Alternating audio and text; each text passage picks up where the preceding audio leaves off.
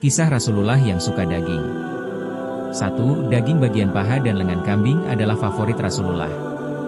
Dalam beberapa riwayat, disebutkan bahwa Rasulullah sangat menyukai bagian lengan kambing, yang termasuk bagian paling empuk dan lezat.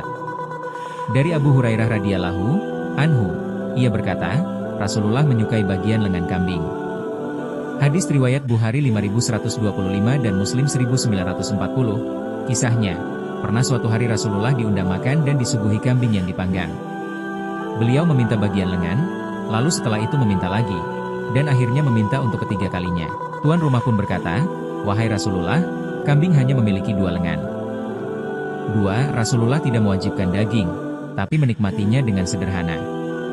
Dalam keseharian, meskipun beliau menyukai daging, beliau tidak mengkonsumsinya setiap hari, karena beliau sangat menjaga kesederhanaan dan kesehatan. Diriwayatkan bahwa beliau juga menyukai makanan sederhana seperti roti, kurma, cuka, susu, dan air putih. Ketika ada daging, beliau tidak menolak. Jika tidak ada, beliau tidak mencarinya secara berlebihan. 3. Pernah disuguhi daging beracun, tapi tetap lembut. Ada kisah terkenal dari Perang Khaibar, saat seorang wanita Yahudi menyajikan daging kambing beracun kepada Nabi Muhammad. Wanita itu tahu bahwa Nabi menyukai bagian pundak, lengan atas, sehingga ia sengaja memberikan racun lebih banyak pada bagian itu. Ketika Nabi memakan satu gigitan dan merasakan sesuatu yang tidak biasa, beliau langsung meludahkannya dan berkata, "Tulang ini mengabarkan kepadaku bahwa daging ini beracun." Hadis riwayat Abu Dawud 4512.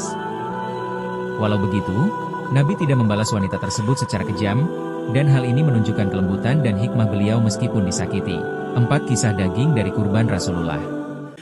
Rasulullah juga menyukai daging yang berasal dari ibadah kurban.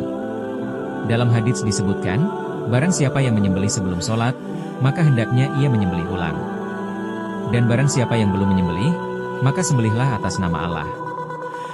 Hadis riwayat Bukhari dan Muslim.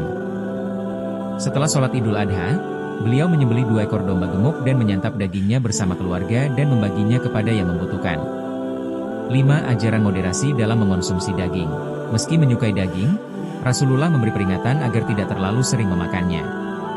Ibnu Umar radhiyallahu anhu berkata, daging itu bisa membiasakan ketergantungan, sebagaimana khamr juga bisa membuat ketagihan. Hadis riwayat Malik dalam Al-Muwatta, 1686. Ini menunjukkan bahwa meskipun halal dan disukai, daging tetap harus dikonsumsi secara seimbang dan tidak berlebihan.